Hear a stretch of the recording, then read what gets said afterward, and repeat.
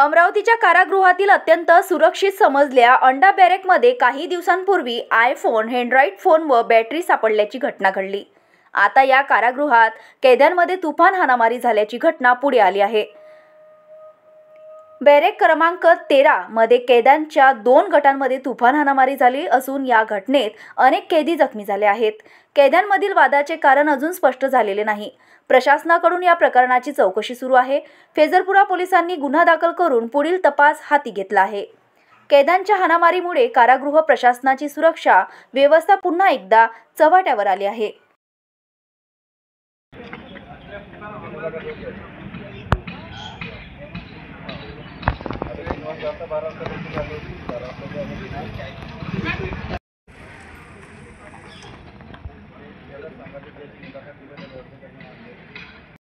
अर्चना रक्ष, सिटीस्कॅप न्यूज, अमरावती।